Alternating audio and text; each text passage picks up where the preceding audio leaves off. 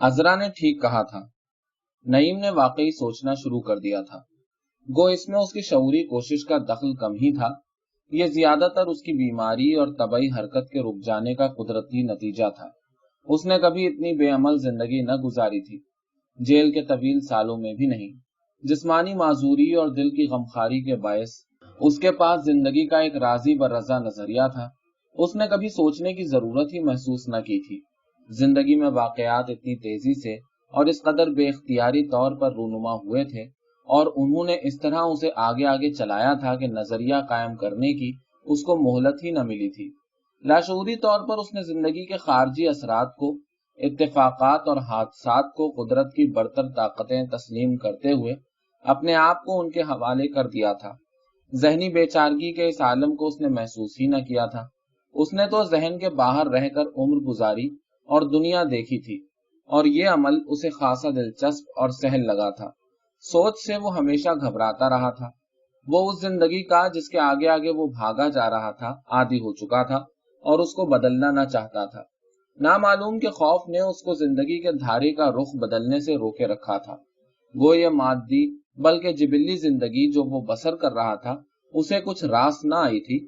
उसने उसे अजीम जिस्मानी और दिली रोग दिए थे और शदीद गमखारी ने उसे खोखला कर दिया था। लेकिन इतनी सितमगीरी के बाद नामालूम का खौफ इंतहा को पहुंच चुका था और वो किसी भी सूरत कोई नया रास्ता तलाश करने की हिम्मत अपने में न पाता था। चंद एक बार वाकयात की जद में आकर जो वो सोचने पर मजबूर हुआ था तो उसने एक अजीब सी जहनी कोफ्त महसूस की थी जिसने उसके लाशऊर में सोच का और तगय्युर तबद्दुल का खौफ बिठा दिया था। एक सख्त कोश जिस्म के सहारे अपनी लाइल्मी में वो यही समझे गया कि ये जिंदगी जो वो बसर कर रहा था असल आरामदेह और पुरसुकून जिंदगी थी, और ये कि कभी कभार आफतें तो आया ही करती हैं, और असल आफत वो है जो ज़हन और रूह पर आती है और जिससे दिल का सुकून गायब हो जाता है और डर के मारे आदमी नींद में उठ बैठता है। लेकिन जिस तरह चलते हुए इंजन के दफतन रोक दिए जाने पर जायद भाप के इखराज के लिए सेफ्टी वॉल्व खुल जाता है, उसी तरह चारपाई के साथ लग जाने से उसके जहन की खिड़की जो ना मालूम पर खुलती थी वाह हो गई। पहले उसने खिड़की के अंधेरे में देखने से एहतराज किया, फिर जब कोई चारा न मिला तो सटपटा कर आंखें मिलाईं, जैसे एक बच्चे को लाकर अंधेरे में छोड़ दिया जाए तो आंखें बंद करके रोने लगता है, फिर आहिस्ता आहिस्ता चुप हो जाता है और हिचकिचाता हुआ आंखें खोलता है, बंद कर लेता है, खोलता है, बंद कर लेता है। आखिर जब अंधेरे में देखने के काबिल हो जाता है तो मिट्टी में हाथ मार कर खेलने लगता है। फिर जब उसको अपनी मौजूदगी और अपने आसपास की दुनिया की मौजूदगी का यकीन हो जाता है तो उठ खड़ा होता है और दोस्ती के अंदाज में हाथ बढ़ाकर चलने लगता है। इसी तरह सोचने के अमल ने नईम के जहन पर काम किया था। जब उसने पहली बार एतमाद के साथ उसके अंदर झांका तो यह देखकर उसे ताज्जुब हुआ कि उसका जहन कुंवारी जमीन की तरह था, उन गैर आबाद जजीरों की तरह था जहां सिर्फ खुदरो फूल और पौधे उगते हैं, उन अजनबी समुंदरों की तरह था जिनमें कभी जहाजरानी न की गई थी। जब वो पूरे यकीन के साथ सोचने लगा तो जहनी कोफ्त के साथ साथ उसे इत्मीनान भी नसीब हुआ। अंधेरे में जगह जगह रोशनियां फूटने लगी। उस उजाले में उसने बहुत सी छोटी छोटी खुशकुन बातें देखी। उसकी हालत बिल्ली के उस नौ मौलूद बच्चे की मानिंद थी जो कई रोज तक आहिस्ता आहिस्ता बढ़ते हुए उजाले को जज्ब करता रहता है और जब उसकी आंखें खुलती हैं तो बहुत खुश होता है। इसके बावजूद चंद हटीली शक्लें थीं जो उस खिड़की के अंधेरे उजाले में दूर दूर बिखरी हुई थीं। कभी कभी वो खौफनाक हद तक करीब आ जाती। एक वो ढलकी हुई मूछों वाला गलीज सता हुआ मुर्दा चेहरा था जिस पर मध्यम चांदनी फैली हुई थी। एक वो बूढ़े बैल की तरह झूल कर चलता हुआ हियोला था जो तारीख कब्रिस्तान में उसके साथ साथ चल रहा था, जबकि खूबानी के सफेद शगुफे उनके सरों पर गिर रहे थे और उसे अजीब सा एहसास हुआ था कि वो मरे हुए आदमी के साथ चल रहा है। एक उस गैर मुल्की का चेहरा था जिसकी सादा बेफन आंखें थी, जो एक छोटे से जर्मन गांव में लकड़ी का काम करता था और जिसने अपनी मासूमियत में उस पर दोस्ती और रफाकत का एहसान अजीम किया था, और उसे एहसास हुआ था कि अगर वो अजनबी सब कुछ जानता होता तो भी यही करता कि आखिर इससे क्या फर्क पड़ता है। और एक अजरा थी जिसके लिए मोहब्बत का जज्बा करीब करीब नापैद था लेकिन जिसने उसे एहसासे शिकस्त बख्शा था। यह अजरा का नया रूप था। अपने हफ्तावार सरसरी मुआयने के बाद डॉक्टर अंसारी ने हस्बे मामूल स्टेथोस्कोप बैग में रखा और शीशे के जग में से पानी उंडेलने लगे। 2 घूंट पानी पीने के बाद गुज़िश्ता हफ्ते की तिब्बी रिपोर्ट देने की बजाय वो गिलास को हाथ में फिराते रहे। फिर गहरी नजरों से नईम को देखकर बोले, तुम्हें मजहब पर यकीन है? नईम के चेहरे पर हल्का सा तगय्युर बिखर गया। वो उदासी से हंसा। यह आपने क्यों पूछा? गिलास को हाथों में फिराते हुए वो पलंग की पट्टी पर बैठ गए और बोले, मजहब आज भी हमारी मदद कर सकता है। साइंस की हैरत अंगेज तरक्की के इस दौर में भी मजहब आला तरीन कुव्वत है। एक डॉक्टर की जबान से ये सुनकर तुम्हें ताज्जुब होगा, लेकिन ये हकीकत है कि रूहानी तमानियत ब्लड प्रेशर को मामूल पर लाने में मददगार साबित हो सकती है। नईम दोबारा बेचैनी से हंसा। बीमारी एक नागहानी आफत है। ये कभी मंसूबा बनाकर नहीं आती, न किसी मंसूबा बंदी के साथ उसका मुकाबला ही किया जा सकता है। उसका मुकाबला करना हमारे प्रोग्राम में शामिल नहीं होता। जैसे एकाएक ही ये आती है, उसी तरह एकाएक ही अपनी कुव्वत मुदाफियत को बरूए कार लाना पड़ता है। ये कुव्वत किसी बैरूनी इदारे या डॉक्टर या अस्पताल से नहीं आती, हमारे और आपके अंदर मौजूद होती है। हम में से बाज इससे आशना होते हैं और बाज ना आशना। आज तक कोई आलय जर्राही या कोई दवा ऐसी इजाद नहीं की गई जिसमें इबादत से बढ़कर हीलिंग पावर हो। मजहब, आपकी मुराद कौन से मजहब से है? नईम ने बात काटकर पूछा। इससे कोई फर्क नहीं पड़ता, डॉक्टर अंसारी हाथ हिलाकर बोले।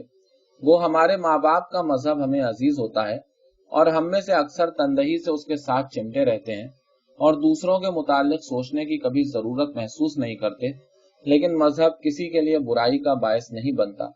मजहब एक भी और दूसरा भी और तीसरा भी सब हमारी रहनुमाई करते हैं। एक के माँ बाप का मजहब और दूसरे के माँ बाप का मजहब दोनों उनकी भलाई के लिए बनाए गए हैं और उनके बच्चों की भलाई के लिए, और यही कदर मुश्तरक सारे मजहबों में मौजूद है।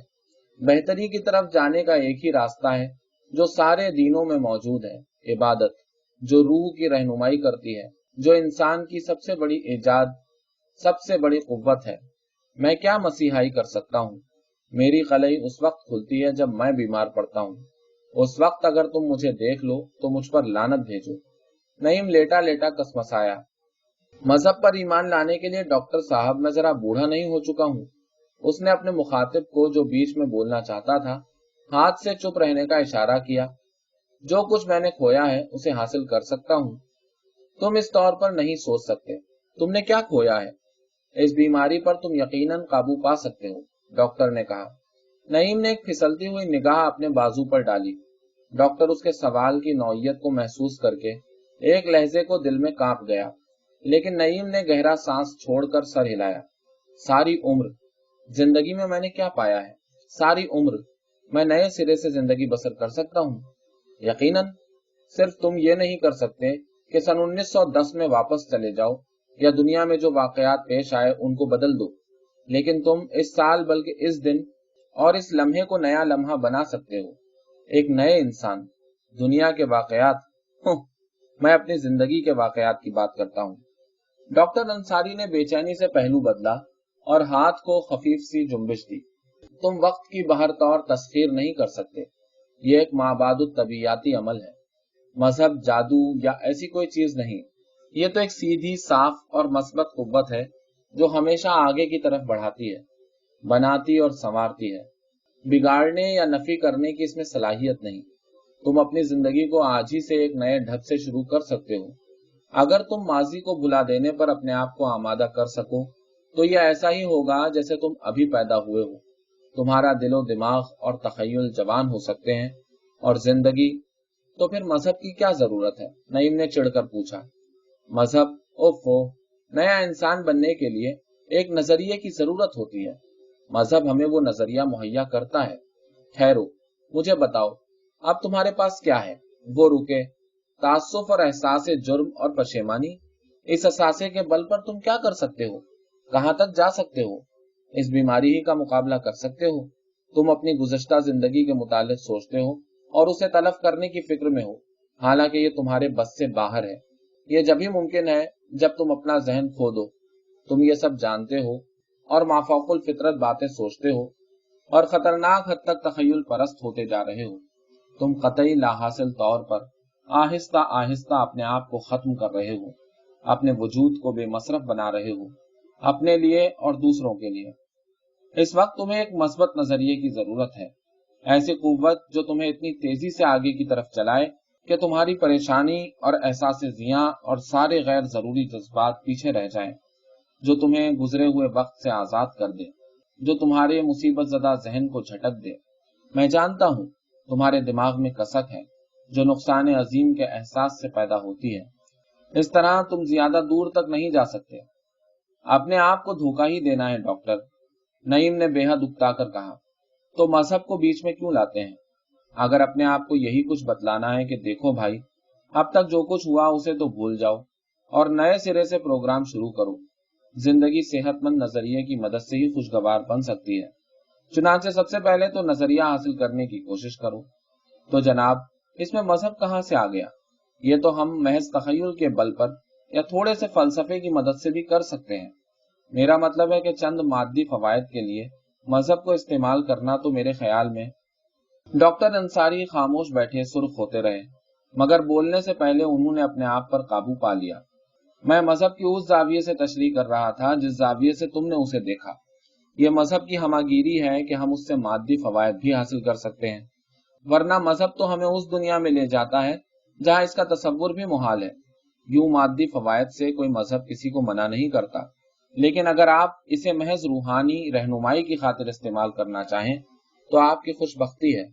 मजहब का सबसे बड़ा आला इबादत है, इबादत जो इंसान की शख्सियत के साथ हमाहंग होकर एक जज्बा बन जाती है, जो इंसान को अपने अंदर झांकने की इस्तिताअत बख्शती है। आज तक जिस किसी ने अपने आप को जाना और पहचाना है, उसकी बिसात इबादत ने उसमें पैदा की है। ये वो रास्ता है जिस पर चलता हुआ आदमी सारी दुनिया में घूम घाम कर फिर अपने आप तक आ पहुंचता है। वो खुफिया और तंग रास्ता जो इंसान की अपनी जात पर आकर खत्म होता है और फिर अंदर उतर जाता है। और जब आदमी डरता हुआ झिझकता हुआ अपनी जात में दाखिल होता है तो रास्ता रोशन और कुशादा होता जाता है, और उस मुकद्दस रोशनी तक पहुंचने का जज्बा जो रास्ते के इख्तिताम पर नजर आती है, उसे पा लेने की दीवानी ख्वाहिश इंसान को आगे चलाती जाती है और उसे एक मकसद अता करती है। और जब वो मकसद शख्सियत के साथ हमाहंग हो जाता है तो इंसान अपनी जात में गुम हो जाता है।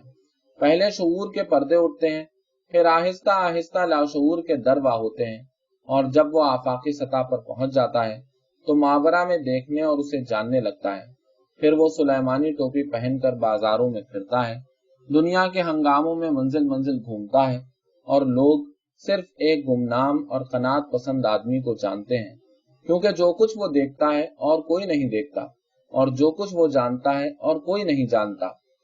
इस तरह चुपके चुपके वो जिंदगी की बुनियादी सच्चाई और असलियत की खोज में लगा रहता है, और इसी खोज में उसे सुकून मिल जाता है, सुकून जो दुनिया की तमाम आफतों के मुकाबले में ढाल है। तखय्युल और फलसफे के मुतालिक तुम क्या कह रहे थे? तुम तखय्युल की बुनियाद किस पर रखते हो? तखय्युल को तुम बगैर किसी वजह के अमल में नहीं ला सकते। जहन को और ख्यालात को मरने से बचाने के लिए तुम्हारे पास कोई वजह, कोई दलील होनी चाहिए, और तभी उसके जवाब के तौर पर तुम सोच सकते हो और अपने दिमाग को तबाही से बचा सकते हो। ख्यालात की बुनियाद तुम नथिंगनेस पर नहीं रख सकते। ऐसा अगर कभी करोगे तो किसी खास समत में बढ़ने की बजाय तुम्हारे ख्यालात तेजी से इधर उधर बिखर जाएंगे और दिमाग को पाश पाश कर देंगे। समत जो ख्यालात को मिलती है उसी तलाश से आती है जो आदमी अपने वजूद की असलियत मालूम करने के लिए जारी करता है। उसके बगैर तखय्युल बेकार है। यही हाल फलसफे का है। फलसफियों को आज तक मालूम नहीं हो सका कि मादे की असल माहियत क्या है, और उसका कोई अपना अलग वजूद है या महज हमारे दिमाग की इख्तिरा है। दुनिया के तमाम फलसफों में से अगर खुदा के तसव्वुर को निकाल लिया जाए, या उस कुव्वत को जो कि कायनात और इंसानी जिंदगी में हमाहंगी पैदा करती है, तो ये सब के सब एक दूसरे की नफी करते हुए मालूम होते हैं और सोचने वाले को पागल कर देते हैं। आवाज को काबू में रखने की कोशिश में उनका चेहरा सुर्ख हो रहा था और पेशानी पर पसीने के कतरे उभर आए थे। थोड़ी देर के बाद उन्होंने बोलना चाहा, जैसे अपनी बात को जारी रखना चाहते हों। फिर इस इरादे को मुलतवी कर दिया और गिलास में बचे हुए पानी को गले में उंडेल कर कुर्सी की पुष्ट से टेक लगा ली और खिड़की से बाहर देखने लगे। नईम आराम से लेटा डॉक्टर को देखे जा रहा था। सिर्फ उसके हल्के से तमतमाए हुए चेहरे से जाहिर होता था कि वो अंदर से हिल चुका था। अजरा ने बेध्यानी से सब कुछ सुना था, लेकिन अब जो भारी पुरस्रार फिजा कमरे पर तारी हो गई थी, उसे मुंतशिर करने के खदशे से हिलते हुए डर रही थी। वो बेचैनी से आंखें इधर उधर घुमाती हुई दोनों मर्दों को देख रही थी और उनके जज्बात की हलचल से खौफजदा थी। डॉक्टर अंसारी उठकर खिड़की में जा खड़े हुए और हाथ बढ़ाकर यूकेलिप्टस के पत्तों को आहिस्ता से छुआ। ये सुबह देख रहे हो? वो बाहर देखते हुए खुशी से बोले। अल्लाह ताला की दुनिया पर हर एक सुबह बेहद दिलकशी और अनोखेपन के साथ तुलू होती है। उन्होंने मुस्कुराकर नईम को देखा, फिर करीब आकर आहिस्ता से उसका कंधा थपथपाया और बैग उठाकर बाहर निकल गए। बरामदे में वो शफकत से अजरा के, जो उनके पीछे पीछे निकल आई थी, कंधे पर झुककर बोले, इसे अकेला छोड़ दो। अंदर वो एक बेजुबान साबिर बच्चे की तरह बजाहिर सुकून से लेटा था। उसके होठों पर अभी तक वो उदास अलविदाई मुस्कुराहट थी जो डॉक्टर को जाते हुए देखकर पैदा हुई थी, लेकिन उसकी बड़ी बड़ी काहिली से हरकत करती हुई मुतलाशी आंखों में से धीमा सुलगता हुआ मुस्तकिल कर्ब आया था। धूप हर रोज की तरह उसके बिस्तर को छूने के बाद अब वापस जा रही थी। कभी कभी हवा का झोंका आता तो यूकेलिप्टस की बू उसकी नाक में दाखिल होती, जिससे वो तंग आ चुका था। शाख पर एक नन्ही सी बेआवाज चिड़िया आकर बैठ गई थी। बिलाखिर ये खुदाए लामकाम की एक खूबसूरत और अनोखी सुबह थी जो हर रोज की तरह दुनिया पर तुलू हुई थी। इस सुबह की तलाश में हम कहीं नहीं जा सकते। क्या हम यहीं अपने छोटे छोटे हकीर घरों में बैठकर बाहर तुलू होते हुए दिन को देखते रहेंगे? क्या हम इसे कभी छू नहीं सकते? क्यों? क्यों? रहबरी के लिए वो एक बेनजीर शय है, या जैसे एक अक्लमंद दोस्त मुफीद मशवरा देता है, या क्या उसकी जगह इससे भी अहम है? अच्छा रुको, पहले ये बताओ कि मजहब के बगैर हम क्या नहीं कर सकते? खाना खा सकते हैं, सो सकते हैं, हल चला सकते हैं, फूल उगा सकते हैं, सफर कर सकते हैं, और ये तो बकवास है। अच्छा तो लो, मजहब के बगैर बारिश भी होती है, सैलाब भी आते हैं, वबा भी फैलती है। ये भी फजूल है। अलबत्ता शादी नहीं कर सकते, मुर्दे को नहीं दफना सकते, और कुछ भी हो भाई, कुछ भी हो। दो बातें तो नहीं हो सकती, एक साथ तो बहरहाल नहीं हो सकती। यानी एक बात सच भी है और झूठ भी, ये तो कतई नामुमकिन है। या आप खुदा परस्त हो सकते हैं, या दहरिये हो सकते हैं, या गंवार हो सकते हैं, पर सब एक साथ तो नहीं हो सकते। एक बात सच है और दूसरी बात झूठ, सफा झूठ। लेकिन सच, सच क्या है? कुछ तो है जिसका पता नहीं चलता। कुछ, कुछ ना कुछ, लानत है। क्यों मैंने इतनी देर तक अहमकों की तरह कुछ सोचा ही नहीं? कभी सोच ही नहीं आई। हद है भाई, कैसे कैसे नालायक लोग भरे पड़े हैं दुनिया में। यानी सच को जानने के लिए लोगों ने उम्रें गवा दी, और मैं क्या कुछ देर के लिए इत्मीनान से लेटकर सोच भी न सकता था? सख्त अफसोस की बात है। अब मुझे और डॉक्टर को ही ले लीजिए। मुझे रूहानियत की कोई समझबूझ ही नहीं, और वो हुआ कट्टर मजहबी आदमी। हम दोनों का उसलूब ख्याल, नुक्ता नजर और जिंदगी बसर करने का नमूना एक दूसरे से कतई मुख्तलिफ, और हम कैसी शाइस्तगी और इत्मीनान से एक दूसरे के साथ ताल्लुकात कायम किए रहे। बज़ाहिर एक ही समत में बढ़ते रहे, सेहत और कामयाबी की तरफ। एक दूसरे की रूहानी जिंदगी जानने की जरूरत ही महसूस न हुई, सिवाय आज के। तो वो क्या है जो इस मुखालिफाना रवैये के बावजूद महज दो इंसानों की हैसियत में हमें एक दूसरे का एतमाद हासिल करने की तौफीक देता है, जो हमें महज सूझबूझ की बिना पर यह समझने की ताकत देता है कि यह दूसरा शख्स भी उतना ही सादा दिल और मोहब्बत और दोस्ती का अहल है जितने के हम हैं? क्या ये खुदा है? मगर सवाल यह है भाई कि फायदा क्या हुआ? जब तक हमें इसका इल्म न था, क्या हो गया था? डॉक्टर और मरीज या मियाँ और बीवी के ताल्लुकात में खुदा कहाँ आता है? इस सुहानी सुबह के हुस्न को महसूस करने और इसकी तारीफ करने में किसी और चीज की क्या जरूरत है? हम क्यों खामखा साथी इंसानों की कुदरती जिंदगियों के नीचे देखने की कोशिश करें, जबकि हमारा उससे कोई ताल्लुक ही नहीं? क्यों अजरा अभी तक क्या कर रही है? मैं उससे बात करूंगा। वो नीचे वाले बरामदे में डॉक्टर से बहस कर रही होगी, वो यकीनन कुछ ही देर में डॉक्टर को कायल कर लेगी। वो बेहद अक्लमंद है। वो अपने बेबस मगर पुरअसर अंदाज में अपना नजरिया उसकी राय पर सब्त कर देगी। उसका नजरिया हमें क्या फायदा पहुंचा सकता है? जो कुछ मैंने खोया है, जो कुछ मैंने अभी अभी नजमी हल्के फुल्के कदमों से चलती हुई गुजरी है। काश यही कुछ देर रुककर मुझसे बात करे, लेकिन वो तो मुझे यूं देखती है जैसे माउंट एवरेस्ट को देखते हैं या बुद्ध के मंदिर को। वो हंसा। अभी अभी जो गाड़ी सड़क पर से गुजरी है, मैं बता सकता हूं कि राय बहादुर केदारनाथ की ओपल है। इसी तरह बगैर देखे हुए मैं सबकी गाड़ियां अलग अलग बता सकता हूं कि ये ठाकुर बलबीर सिंह की फोर्ड है, और ये डॉज है, और ये फलां है, और ये फलां। यहाँ पर लेटे लेटे मैं उनके इंजनों से उसी तरह वाकिफ हो चुका हूँ जैसे घोड़ा अपने तांगे से हो जाता है। मैं उनसे तंग आ चुका हूँ। सिर्फ मैं ऐसी चमकदार शफाफ सुबहों को पसंद करता हूँ, और नन्हे बेआवाज परिंदों को जो कुछ देर बैठकर उड़ जाते हैं। लेकिन सच बिलाखिर सच है, और उसके बगैर मुझे कुछ ऐसा ख्याल होता है कि हम कुछ भी नहीं कर सकते। बावजूद इन सब चीजों के, लेकिन सच की तलाश में जो वक्त हम जाय करते हैं, जो कुव्वत और दिलचस्पी हम खोते हैं, उसके बदले में क्या मिलता है? आज अगर मैं मान लूं कि कायनात के तमाम जवाहिर को चलाने वाली एक बरतर हस्ती है जो सबकी खालिक भी है, तो क्या फर्क पड़ेगा? ये भी मान लिया कि मजहब ही एक रास्ता है जिसके जरिए हम उस हस्ती को महसूस और तस्लीम करते हैं। फिर क्या है? कुछ भी नहीं। मैं इसी तरह लेटा हुआ हूँ और एक मक्खी मुझे तंग कर रही है। अभी अजरा आएगी और पास बैठकर मोहब्बत से मुझे देखेगी या किताब पढ़ने लगेगी, और मुझे जाने क्यों निदामत सी होगी। और डॉक्टर हर रोज आएगा, और उस वक्त तक जब तक कि फिर बातें करने की ख्वाहिश उस पर गलबा नहीं पा लेती, दवा देकर चला जाया करेगा, और उसका नजरिया और मेरा नजरिया कहीं बीच में ना आएगा। मैं हिल भी नहीं सकता।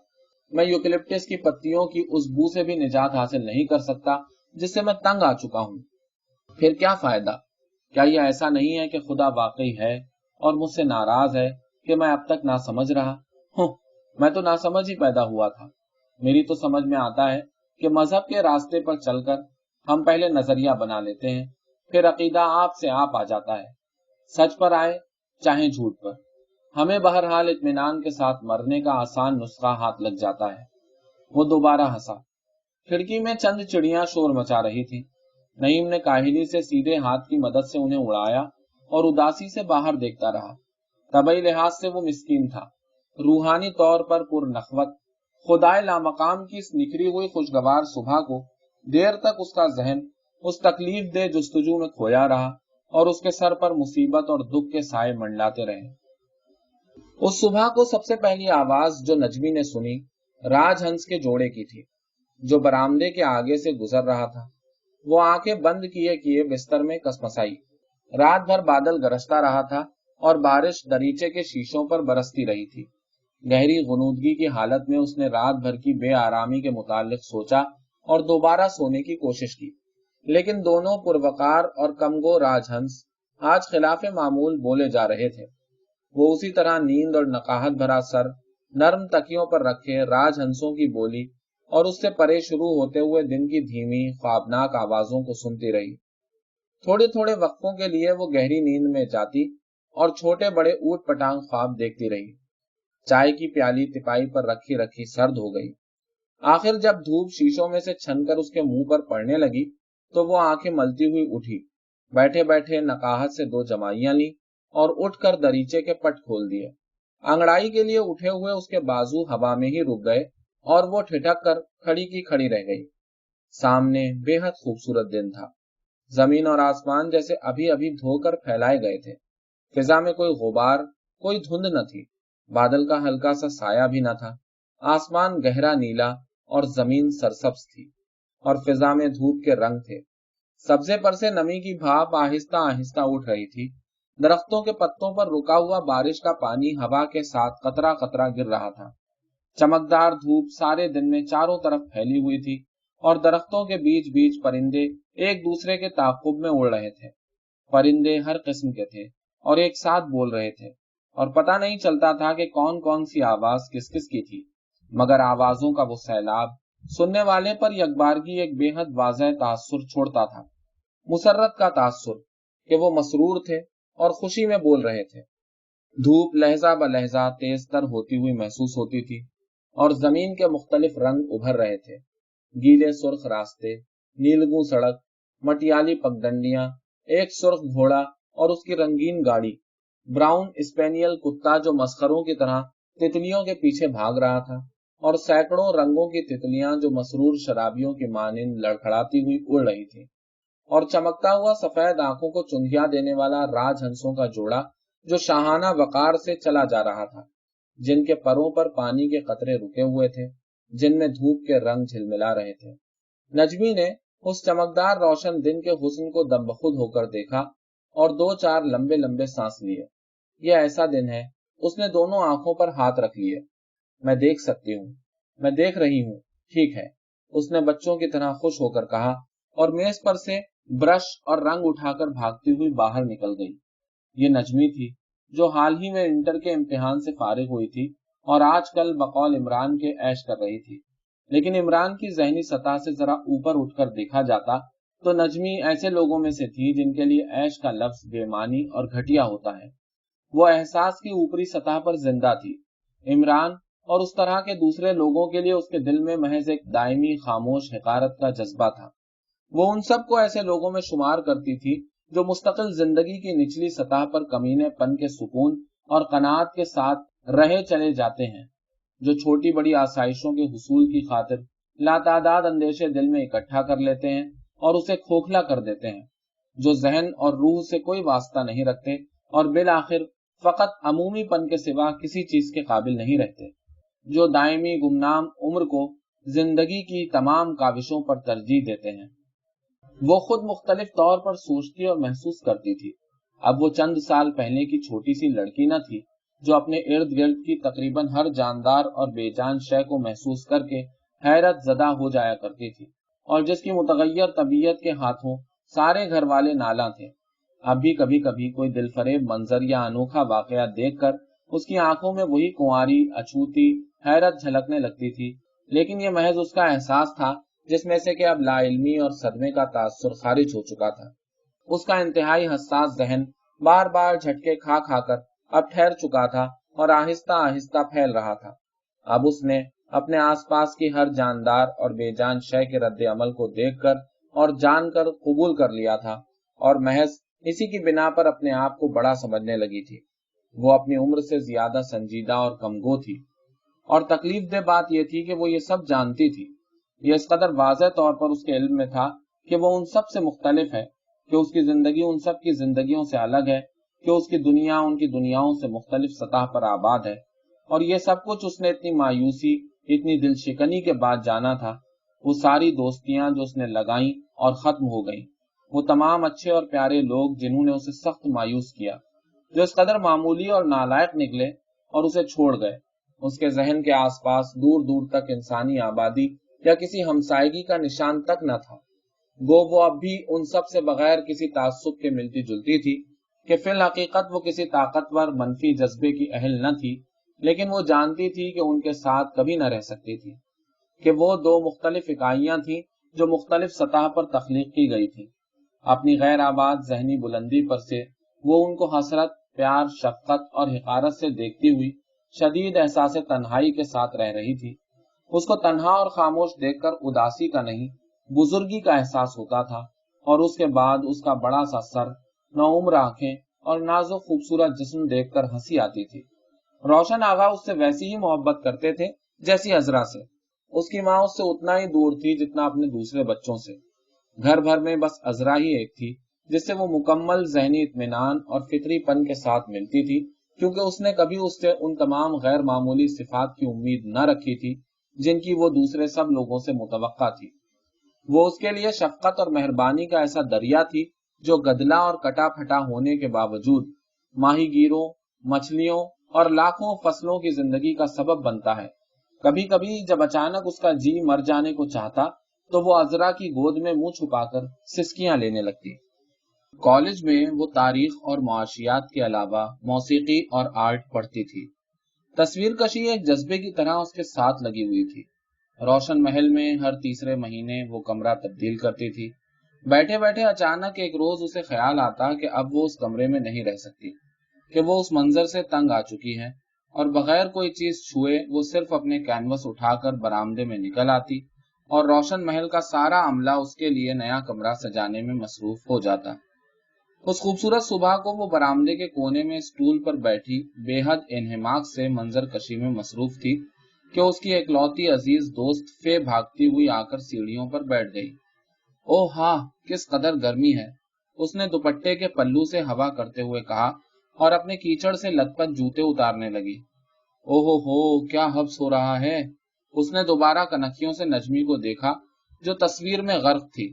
ओफो ओफो, नजमी ने कोई ध्यान न दिया। अल्लाह तोबा, क्या चक्कर में हैं ये लड़कियां, फे जलकर बोली। कुमारी नजमी बेगम चट्टोपाध्याय साहब, अगर आपने मेरी तरफ तवज्जो न दी तो मैं जूते लेकर ऊपर आ जाऊंगी और आपके आर्ट में हर्ज वाक़। नजमी बौखला गई। अरे वाह, अरे हाय फे, तुम कब से? ठीक ठीक तो याद नहीं, कमोबेश 20 साल से हूँ।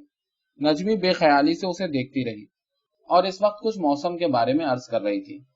ओह हाउ सिली फे डियर, नजमी ने कहा। अच्छा माफ कर दो, तुमने कोई नज्म लिखी इस गर्मी में? नजमी खिलखिलाकर हंस पड़ी। गर्मी पर ही लिख दो, ऐसा खूबसूरत दिन है। अच्छा तो सुनो। अरे जूता जूता, नजमी चिल्लाई। फे ने जल्दी से जाकर एक जूता जो पाँव में ही रह गया था उतार दिया। सुनो। फिर उसके पास फर्श पर बैठकर उसने आहिस्ता आहिस्ता कहना शुरू किया। हवा जो दरख्तों की सांस थी गुज़िश्ता रात की बारिश में घुल गई। अब दरख्त कब्रिस्तान के कतबों की तरह साकित खड़े हैं और मैं अपनी सांसों से उन्हें जिंदा करने की कोशिश कर रही हूँ। मैं अपनी तमाम सांसों से एक पत्ता भी हिला नहीं सकती क्योंकि मैं दिल शिकस्ता हूँ और मेरी जिंदगी का जोर टूट चुका है। चुप कर चुप कर, नजमी बेख्तियार हंसते हुए बोली। ये तो सफा नसर है, ये तो ख्यालात हैं, फे गर्म होकर बोली।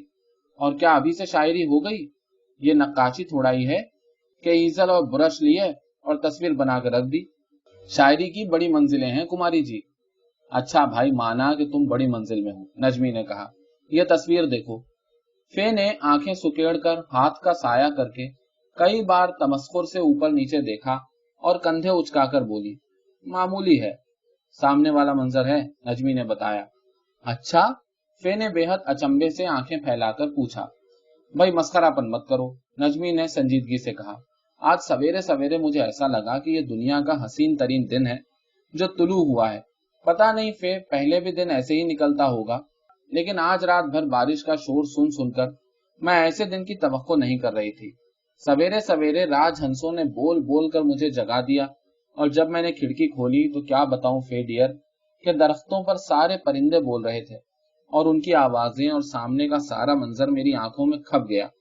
पता है, बर्मन जी कहते हैं कि अगर आप आंखें बंद करके मंजर की एक एक चीज को वाज़ेह तौर पर देख सकते हो तो जान लें कि वो तस्वीर बनाने के काबिल है।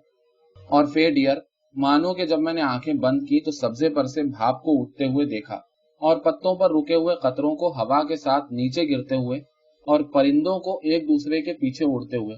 और हाय फे, अब भी हालांकि सुबह गुजर चुकी है, अब भी। अच्छा? फे ने सचमुच हैरत से आंखें फैलाकर कहा। तब तो जल्दी से इसे बना डालो। हाँ, और तुम नज्म लिखो, ये तख्लीक का दिन है। मुझे भूख लगी है, फे ने मुंह लटकाकर कहा। गीली बजरी पर कदमों की आवाज सुनकर वो चौंक पड़ी। इमरान ड्रेसिंग गाउन पहने जमाइयां ले रहा था और उसके साथ खालिद हस्बे मामूल फे को तंग करने के मंसूबे बनाता हुआ चला आ रहा था। मुझे जापानी नामों से इश्क है, वो कह रहा था। मसलन फेगी माशा या फेमी गोशा या फे। अरे बाप रे, यहाँ तो फे और नजमी तशरीफ रखती हैं। सुबह बखैर बीबियों, हम आपके आराम में मुखिल तो नहीं हुए? फे ने झगड़े से डरते हुए बड़े अखलाक से सलाम का जवाब दिया। खैर कोई हरज नहीं, मैं एमी को यही बता रहा था। खालिद ने कहा कि मुझे जापानी नामों से बेहद अकीदत है और जापानी शायर से। यहाँ कोई जापानी शायरी नहीं करता, कई असहाब करते हैं, मिसाल के तौर पर आप। मैं कतई जापानी शायरी नहीं करती, फे ने कहा। आप यकीनन करती हैं? वो सटपटा गई। अरे हाय नजमी, मैं कब जापानी शायरी करती हूँ? भाई खालिद, अब फे को तंग मत करो, नजमी ने कहा। लेकिन यह हकीकत है नजमी कि मुझे जापानी शायरी से इश्क है। मसलन वही वाली नज्म जो खिजा के बारे में फे ने लिखी थी, एकदम जापानी थी। कब जापानी थी? फे जोश में आकर बोली। वो तो बर्मन जी की भी राय है कि बेहद ओरिजिनल थी। जापानी शायरी भी ओरिजिनल है, बल्कि ओरिएंटल है, खालिद ने कहा। बस यही पता है आपको, फे ने हाथ नचाकर कहा। चीनी शायरी ओरिएंटल है और चीनी से ज्यादा हिंदुस्तानी। नहीं फे डियर, हिंदुस्तानी से ज्यादा चीनी, नजमी ने कहा। हैं? यानी हिंदुस्तानी शायरी? वो लड़ाई पर आमादा थी। भाई मेरा मतलब है कि जहां तक तारीख का ताल्लुक है, चीनी शायरी ज्यादा कदीम है। वैसे ख्याल तुम्हारी नज्म का भी ओरिएंटल हो सकता है। वो तो है ही, फे ने बहस करते हुए कहा। बहरहाल जापानी शायरी कतई ओरिएंटल नहीं बल्कि बकवास है।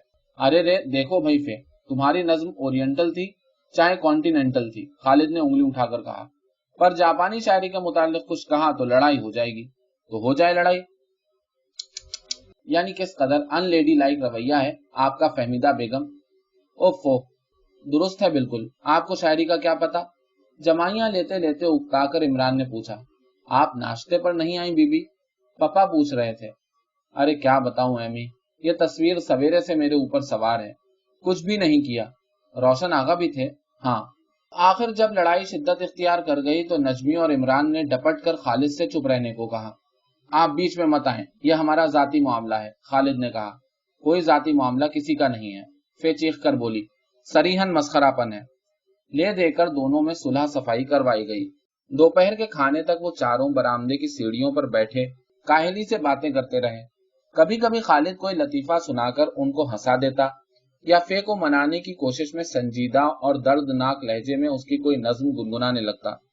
खाने की मेज पर परवेज ने फे का फूला हुआ मुंह देखकर पूछा। आज फिर फहमीदा बेगम और खालिद में लड़ाई हो गई। वो हमेशा फे का पूरा नाम लिया करता था। हाँ पप्पा, इमरान ने प्लेट में चावल इकट्ठे करते हुए कहा। खालिद बौखला गया। नहीं अंकल, मैं तो कह रहा था कि जापानी शायरी में कुनूतियत जरा भी नहीं है, इसलिए मुझे पसंद है। और फे की शायरी में इस कदर। फिर तुम ऐसी दर्दनाक आवाज में उसकी नज्म क्यों गा रहे थे? नजमी ने जल्दी से कहा। वो और ज्यादा बौखला गया। अरे मेरा मतलब है कि फे की शायरी में भी नहीं है, यानी मुझे पसंद है। सब कहकहा लगाकर हंस पड़े। खाने के बाद जाने कैसे मजहब और कल्चर पर बहस चल निकली, जो कि खालिद का पसंदीदा मौजू था। उसका पुराना नजरिया था कि मजहब और कल्चर का आपस में कोई रिश्ता नहीं।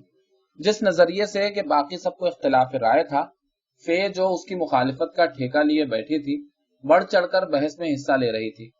खालिद ने महज किताबें पढ़ पढ़ कर अपने नजरियात बना लिए हैं। हालांकि यह ऐसा मौजू है जिसके लिए कौमों बल्कि तबकों का मुताला करना पड़ता है। झगड़ो नहीं भाई, परवेज ने सोच सोच कर कहना शुरू किया। आप दोनों का जाती इख्तिलाफ होगा, लेकिन यह हकीकत है खालिद कि कौमों की तहजीब उनके मजाहिब से बराह रास्त असर लेती है। दुनिया की तमाम बड़ी बड़ी तहजीबें बड़े बड़े मजाहिब पर कायम है। यूरोप में देखो। जी हाँ, यूरोप को ही ले लीजिए, खालिद ने बात काट कर कहा। यूरोप के ईसाई क्या इसी तरह रहते हैं जैसे हिंदुस्तान या चीन के? यहाँ पर ज्यादातर ईसाई गलियां साफ करते हैं। क्या उनकी तहजीब वही है जो इंग्लिस्तान के बादशाह की है? इसका मतलब है कि आपकी तहजीब का दारो मदार महज तबकाती तकसीम पर है, फे ने कहा। महज तबकाती तकसीम पर नहीं है, लेकिन तहजीब की तश्कील में किसी जमात के मुआशी हालात और वसाइल का बड़ा हिस्सा होता है। ये दुरुस्त है, अजरा ने, जो नईम के साथ खाना खाकर उनके पास आ बैठी थी, कहा। हर एक मुआशरे का कयाम सोसाइटी पर होता है कि वहां के लोग कैसे आपस में मिलते हैं और कब मिलते हैं और एक दूसरे के साथ कैसा सुलूक करते हैं। इसके अलावा मजहब एक दायमी शय है और तहजीब जो हर जमाने में बदलती रहती है, उस पर कायम नहीं की जा सकती। नजमी ने परवेज की हिमायत में बोलना चाहा, लेकिन अजरा के ख्याल से सर को खफीफ सी गैर यकीनी जुम्बिश देकर रह गई। उस पर फिर तेज होकर बोली। क्या आप मजहब को एक मुकम्मल ज़ाब्ता हयात नहीं मानते?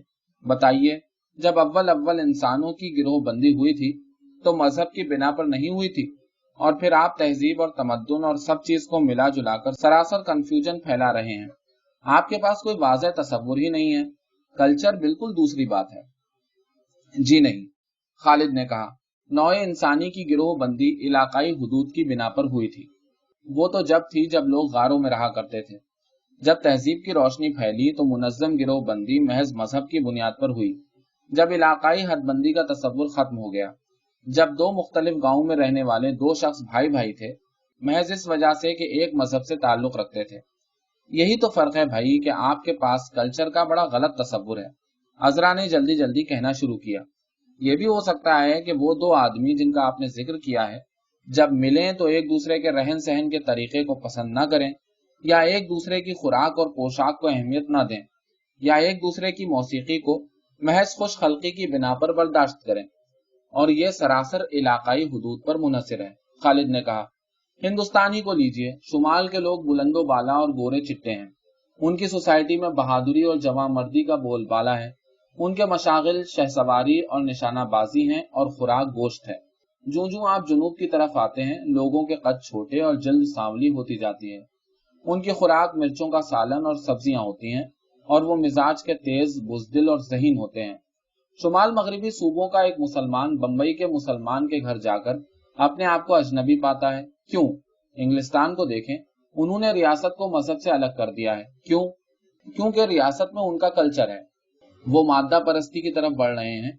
उनके पास इसके सिवा कोई चारा ही नहीं। फे ने कहा, चारा क्यों नहीं? हाँ, क्यों नहीं? परवेज ने बोलना चाहा, लेकिन उसकी आवाज 3-4 आवाजों में दबकर रह गई। थोड़ी देर के बाद वो और उसकी बीवी उकताकर उठ गए।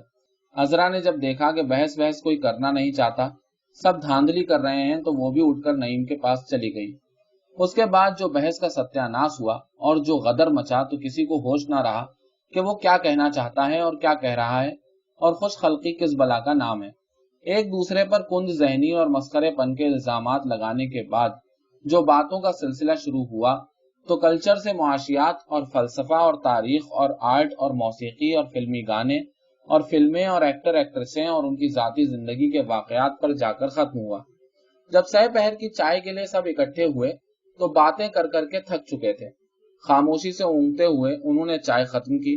फिर खालिद और इमरान उठकर बाहर जाने की तैयारी करने लगे, और नजमी और फे नामुकम्मल तस्वीर की तरफ बढ़ी। फे, तुमको घर जाना हो तो हम उसी तरफ जा रहे हैं। खालिद ने सीढ़ियां उतरते हुए कहा। अरे नहीं भाई, शुक्रिया, मैं बाद में जाऊंगी। फे ने अखलाक से जवाब दिया। आज आप सारे दिन के लिए रोशन महल में मदऊ हैं। फे ने सुनी अनसुनी कर दी। दोनों लड़के बजरी की गीली सड़क पर गेट की तरफ बढ़े। खालिद, इस फाल में हम दार्जिलिंग जा रहे हैं, नजमी ने बरामदे में से चिल्लाकर बताया। क्यों एमी? अमा, गोली मारो यार फाल को, इमरान ने झल्लाकर कहा। मुबारक हो, खालिद गेट पर से हाथ हिलाकर चिल्लाया। अब कहाँ चलें? ब्लियर्ड। दोनों लंबे लंबे कदम रखते हुए यूनिवर्सिटी क्लब की तरफ चले गए। जब फे उसके पास से उठकर गई, तो वो अभी तस्वीर ही बना रही थी। कैनवस पर काम करते करते दफतन उसको पुराने जाने पहचाने एहसास तन्हाई ने घेर लिया। उसने सोचा कि सुबह से लेकर शाम तक वो अजनबी लोगों में घिरी रही थी, कि वो बेकार उनके साथ सर खपाती रही थी। वो उनमें से नहीं थी। उसने बुरश एक तरफ रखकर मशरिक के सम देखा, जहां पर रात शुरू हो गई थी। फिर उसने इंतहाई मायूसी से तस्वीर को देखा, और उसका जी चाहा कि वो जोर जोर से रोए। सारे दिन में उसने महज चंद लकीरें खींची थी। रोशन महल के तमाम नौकर एक एक दफा आकर उसको देख गए। वो देर तक लोहे की रेलिंग पर झुकी रही, और तन्हाई और यास के साए उसके इर्द गिर्द फैलते गए। वो एक गैर मामूली गर्म शाम थी, जब वो सब घास पर कुर्सियां बिछाए ताश खेल रहे थे। ब्रिज का महवर परवेज था, जो 2 माह की तातील पर था। जिस रोज उसकी बीवी उसे क्लब न जाने देती, वो रोशन महल में हर एक ब्रिज खेलने वाले को इकट्ठा करके रात तक खेलता रहता। सिर्फ ब्रिज ही एक ऐसी साजिश थी जिसमें वो अपने से कम उम्र वालों को शामिल करता। रोशन आगा से छुपाकर हारे हुए खिलाड़ियों से पैसे वसूल करता, और फिर उन्हें क्लब ले जाकर आइसक्रीम खिलाता या पिक्चर्स ले जाता। दिन की आखिरी जर्द धूप दरख्तों की चोटियों पर पड़ रही थी, जब खालिद ने खेलते खेलते थक कर अंगड़ाई ली और उठ खड़ा हुआ। रियाज, जो उसके पीछे बैठा था, लपक कर उसकी जगह पर जा बैठा। हिसाब चुका के जाओ मियाँ, परवेज ने कहा। लैला, जरा स्कोर बोर्ड दिखाना। जा कब रहा हूं अंकल, खालिद ने उकताकर कहा, और मेज पर से शरबत का गिलास उठाकर मुंह से लगा लिया। एक सांस में शरबत खत्म करके उसने हाथ की पुश्त से मुंह पोंछा, और सब्जे में से उठते हुए गर्म मरतूब बुखारात को टांगों पर महसूस किया। वहां खड़े खड़े खाली गिलासों को उंगली से घुमाते हुए दफतन उसने महसूस किया कि नजमी वहां नहीं थी। नजमी, नजमी, उसने मुड़कर सब पर नजर डाली और सब्जे के किनारे किनारे चलने लगा। वो रोशन महल के पिछवाड़े यूकेलिप्टस के छोटे से मसनूई जंगल में दरख्त से टेक लगाए बैठी थी। खालिद को देखकर चौंक पड़ी। गुरूब आफताब देखा जा रहा है, खालिद ने कहा। उसने एक लम्हा खालिद के संजीदा चेहरे को देखा और मुस्कुरा पड़ी। शाम का इंतजार कर रही हूँ। बाज दफा गर्मियों की शामें बड़ी खूबसूरत होती हैं। वो खामोश रहा। खेल खत्म हो गया? नहीं, तुम आज मुस्तकिल हारे। वो हंसी। हाँ। उसने तरद्दुद से खालिद के खामोश पुरइश्तियाक चेहरे को देखा। बैठो। वो एक पत्थर पर बैठकर उंगलियां बजाने लगा। उसको इस कदर खामोश पाकर वो दफतन परेशान हो गई। किस कदर गर्मी है। उसने स्कार्फ से पेशानी का पसीना जज्ब करते हुए कहा। तुम पहाड़ पर क्यों नहीं गए खालिद? आप लोग जो नहीं गए? अरे हाँ, चंद बरस हुए। एक फाल में मैं रोशन आगा के साथ दार्जिलिंग से गुजरी थी। मैं तुम्हें क्या बताऊं खालिद के वहां पर खिजा का मौसम कैसा दिलकश होता है। इस कदर रंगीन। मैंने देखा कि सैकड़ों किस्म के दरख्त हैं और हर एक दरख्त पर मुख्तलिफ रंग के पत्ते हैं, कहीं सुर्ख, कहीं जर्द और कहीं हरे। एक झुंड में तो आग लगी हुई मालूम होती थी। पत्तों का रंग किरमिजी था और उन पर शाम की धूप पड़ रही थी और वो मुतवातिर गिर रहे थे और जमीन पत्तों में छुपी हुई थी। जूं जूं हम आगे बढ़ते गए रंग तब्दील होते गए। रंग ही रंग। मैं तस्वीरें बनाना चाहती थी, लेकिन हम शिलोंग जा रहे थे, जहां रोशन आगा को एक कॉन्फ्रेंस में शिरकत करना थी। उसके बाद ऐसा हुआ कि हम कई साल तक जा ही न सके। अब के रोशन आगा ने कहा कि या आप गर्मियों में मसूरी जाइए या फाल में दार्जिलिंग, सारा वक्त आप दिल्ली से बाहर नहीं रह सकती। अब सोचती हूँ कि गलती की, यहाँ गर्मी में मर रहे हैं। वो खामोश बैठा पत्थर पर उंगलियां बजाता रहा। अरे तुम मुंह फुलाए क्यों बैठे हो? नजमी ने मसनूई हैरत से पूछा। खालिद ने एक लंबा सवालिया हूं किया। सिगरेट के लिए पैसे नहीं हैं? हैं, उसने गुर्रा कर कहा और सिगरेट निकालकर जलाने लगा। नजमी खिलखिलाकर हंस पड़ी। उसने फिर अपना अफीमचियों वाला रवैया जारी रखना चाहा, मगर नजमी को अबरू उठाए अपनी तरफ देखते हुए पाकर घबरा गया। ओ नहीं तो मैं, उसने कोशिश करके अपने आप पर काबू पाया। मैं समझा अब आप मुसव्वरी पर एक लेक्चर देंगी। नजमी के अबरू कांपे। मैं तो खुद उस मौजू से एतराज करती हूँ जिसके मुताल्लिक लोग कुछ न जानते हूँ। खालिद उसी तरह बैठा खामोश पुरइश्तियाक चेहरे से उसे देखता रहा। वो खामोश हो गई थी और रंजीदा जज्बात उसके दिल को जख्मी कर रहे थे। शाम की गर्म मरतूब हवा उनके सरों पर ठहरी हुई थी, जिसमें गीली मिट्टी और यूकेलिप्टस के पत्तों की बू थी।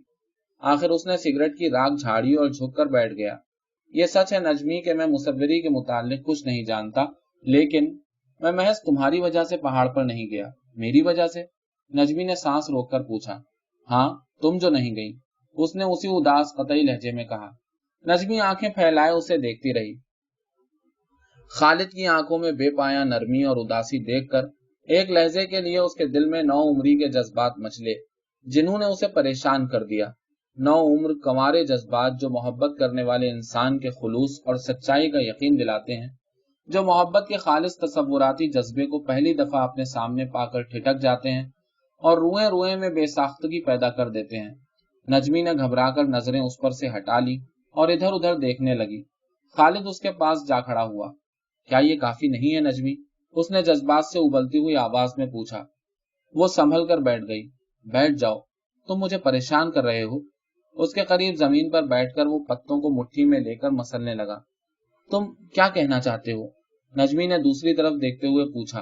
अगले लम्हे वो दिल में सवाल के कमीनेपन पर हंसी। मैं शायरी नहीं कर सकता नजमी, तस्वीरें नहीं बना सकता, लेकिन मैं तुमसे मोहब्बत करता हूँ। क्या ये काफी नहीं है? मोहब्बत? नजमी ने ठिठक कर दोहराया। मगरिब की सुर्खी जहां सूरज गुरूब हो चुका था, उनके चेहरों पर पड़ रही थी और वो तूफान में घिरे हुए दो परिंदों की मानिंद पास पास बैठे थे। बड़ी देर के बाद हवा का एक झोंका कहीं से आया और उनके सरों पर ठहरी हुई भारी हवा को उड़ाकर ले गया। एक गिलहरी दोनों अगले पंजे उठाए गौर से उन्हें देख रही थी। यूकेलिप्टस का एक पत्ता उसके सर पर गिरा और वो छलांग लगाकर भाग गई। नजमी ने एक लंबा सांस लिया और सादगी से हंसी। उसकी बेराज हंसी और पुरानी बेतकल्लुफ आंखें देखकर खालिद का दिल सर्द पड़ गया। तुम मोहब्बत को क्या समझते हो? आखिर उसने पूछा। मैं कुछ नहीं समझता, मुझे कुछ इल्म नहीं नजमी। सिर्फ इतना पता है कि तुम मुझे बेचैन कर देती हो। तुम्हें देखकर ऐसा लगता है कि जैसे मैं पागल हो जाऊंगा या क्या। तो इसका इलाज है कि देखना ही बंद कर दो। देखना ही? खालिद ने सांस रोककर पूछा। अरे हाय खालिद, तुम्हें क्या हो गया है? क्या हो गया है? क्या हो गया है? वो उसे कंधों से पकड़कर झंझोड़ते हुए चीखा। तुम्हें पता नहीं? तुम कुछ महसूस नहीं करती? तुम इतनी लाइल्म हो, इतनी मीन। हवा तेजी से दरख्तों में चलने लगी। साए साए साए। दफतन वो अपनी आवाज और जज्बे की शिद्दत से खौफजदा हो गया। उसने उसके कंधे छोड़ दिए और शशदर देखने लगा। नजमी पुश्त और दोनों बाजू दरख्त से चिमटाए पंजों के बल बैठी थी। उसके चेहरे से लगता था कि हवा का झोंका भी आया तो चीख मारकर रोने लगेगी। ओ नो नो, खालिद बेहद गैर हाजिर और खुश्क आवाज में पुकारा। हवा फिर दरख्तों में रुक गई थी और यूकेलिप्टस के जंगल पर शाम आहिस्ता आहिस्ता उतर रही थी। रात का एक सियाह खामोश परिंदा आकर दरख्त पर बैठ गया। एक गिलहरी दौड़ती हुई नीचे उतरी। नजमी आवाज पैदा किए बगैर दरख्त के साथ खड़ी हो गई। जाओ, वो भर्राई हुई दहशत जदा आवाज में बोली। खालिद ने अंधेरे में उसकी तरफ देखा और खामोश बैठा रहा। वो एहतियात से चलती हुई जाकर पत्थर पर बैठ गई। बड़ी देर के बाद उसने इत्मीनान का लंबा सांस लिया। खालिद, अब तुम जाओ, उसने पुरसुकून आवाज में कहा। मैं कभी इतना बेकाबू नहीं हुआ, तुम जानती हो नजमी। वो खामोश बैठी अंधेरे में चलती हुई हवा के हल्के शोर को सुनती रही। एक लहजे को उसे ख्याल हुआ कि वो पहली दफा इस जंगल में आई है, लेकिन वो आराम से घुटने पर ठोड़ी रखे वहीं बैठी रही, क्योंकि वो एक तूफान खेज जज्बे में से गुजर रही थी और उसके दिल में शदीद उदासी थी और तन्हाई और बेचैनी। अपने सामने बैठे हुए उस सियाह हियोले पर उसे तरस आने लगा और उसने वो सब कुछ कह देना चाहा जो कि उसने महसूस किया था। तो मोहब्बत का जिक्र कर रहे थे खालिद। मैं तुम्हें बताऊं कि मोहब्बत के बारे में मैं क्या महसूस करती हूँ। वो रुकी। मैं समझती हूँ कि यह एक ऐसी शय है जो अक्सर इंसानों को धोखा देती है। अक्सर इंसान मोहब्बत का मतलब समझ लेते हैं, बहुत कम दर हकीकत उसे पाते हैं। मोहब्बत हमारे समझदार हो जाने के साथ ही साथ नहीं आ जाती, ये किसी वक्त भी आ सकती है और एक जज्बे की सूरत में आती है। हम लोगों से मिलते हैं और मिलते रहते हैं और कई एक को पसंद भी करते हैं, मगर ये मोहब्बत नहीं होती। महज हमारा दिमाग जो मोहब्बत के नाम से वाकिफ है और उसकी जरूरत महसूस करता है, इस कमजोर सी कशिश का बाइस होता है। जब वो लोग आंखों से ओझल होते हैं तो हम भूल जाते हैं हम हर किसी से मोहब्बत करने के अहल नहीं हैं। मोहब्बत जो सादगी और सच्चाई का जज्बा है, जब आता है तो हमें दुनिया से ऊपर ले जाता है। ये एक ऐसा तजर्बा है जो हम किसी जहनी या जिस्मानी कुव्वत की मदद से हासिल नहीं कर सकते, जो रूह की तमाम तर कुव्वतें लेकर आता है, जिसमें से मजहबी रहनुमा गुजरते हैं। यह हमारे मुखलिस तरीन जज्बों में से है। मैं जज्बे का इंतजार करती हूँ। अपनी आवाज के अलावा उसने साफ तौर पर अपने सर पर हवा के हल्के शोर को सुना और खामोश हो गई।